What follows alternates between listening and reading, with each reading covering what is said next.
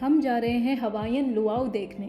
Luau हवाई की सांस्कृतिक संध्या होती है जिसमें पॉलिनेशियन संस्कृति के इतिहास, कला, गीत, नृत्य, वाद्य यंत्रों का प्रदर्शन होता है।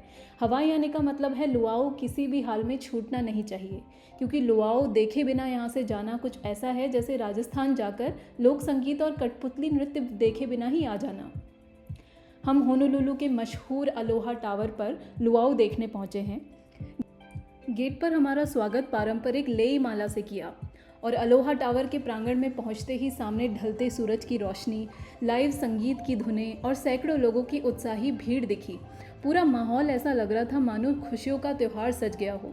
यहाँ कदम रखते ही अमीर खुसरो का शेर हमी नस्तो याद आया, जिसका अर्थ है धरती पर कहीं जन्नत है तो यहीं है।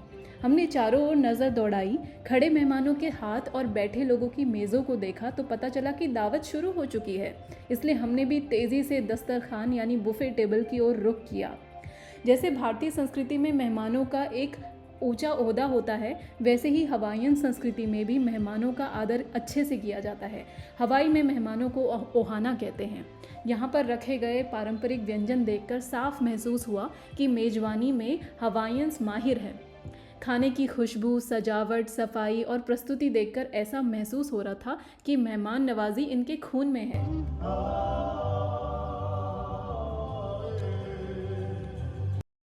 Been removed for your safety. Coconuts fall without warning. If they hit you in the head, good for you. It's your lucky day. मेज़ पर बैठते ही हम दोनों खाने पर टूट पड़े। हमारे ठीक सामने मंच पर हवाई के प्राकृतिक संगीत की धुन पर थिरकते हुए ये कलाकार शाम के ढलते सूरज में मानो जलपरी और जलपरे बनकर सामने आए हों। मैंने ईश्वर का दिल से धन्यवाद किया कि मुझे इतनी अद्भुत आशीर्वाद भरी शाम देखने का अवसर मिला। A very important part of our history, a time when there were no airplanes and ships. मंच पर कलाकार हवाईयन इतिहास के बारे में बता रहे थे। सुनकर बहुत आश्चर्य हुआ कि कैसे प्रकृति से संघर्ष और दोस्ती दोनों निभाते थे पॉलिनेशियंस।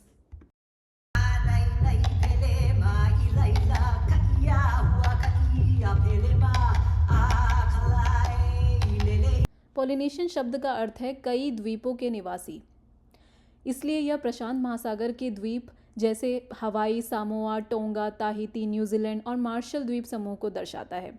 इसीलिए इनके नृत्यों में विभिन्न संस्कृतियों की कहानी और अंदाज दिखाई दिए।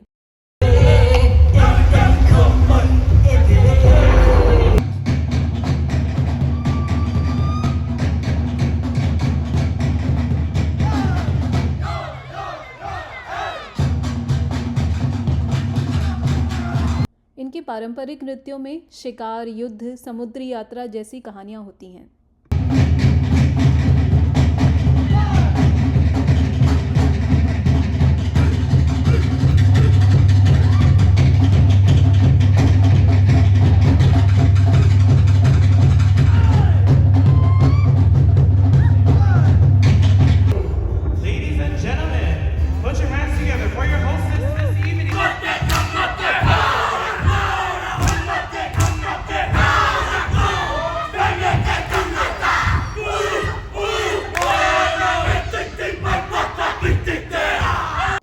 जैसे जैसे शाम ढल रही थी, मंच पर ऊर्जा और जोश बढ़ता ही जा रहा था और इसके बाद शुरू हुआ फायर डांस, जिसमें डांसर आग की लपटों के साथ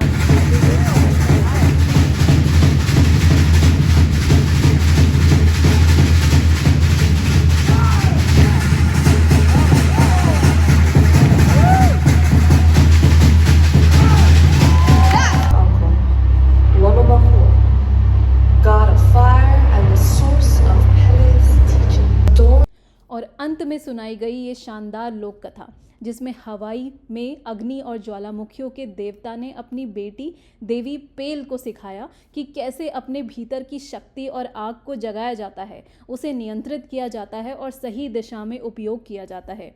अग्नि देवता ने पेल को यह ज्ञान दिया कि शक्ति केवल सम्मान और जिम्मेदारी के साथ प्रयोग की जानी चाहिए। धीरे धीरे पेल ने हुला नृत्य और पारंपरिक गीतों के माध्यम से अपनी आग को व्यक्त करना सीखा। मंच पर उसका धीरे धीरे बढ़ता हर कदम, हर ताल उसकी शक्ति, सतर्कता और जिम्मेदारी के भाव को दर्शाता है। वो अपनी मशाल से दूसरी मशालें रोशन करती हुई धीरे धीरे अपनी रोशनी को फैलाते हुए आगे बढ़ती है।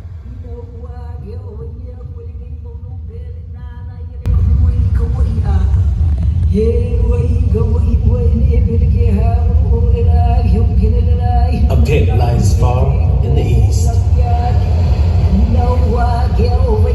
The pit lit by the fire queen Pele.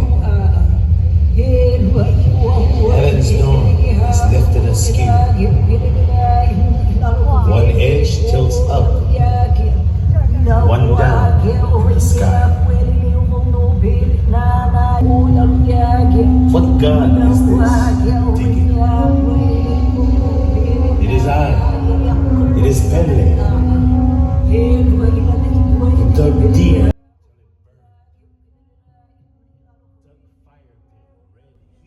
हवाई की संस्कृति से कितना कुछ सीखने को मिलता है।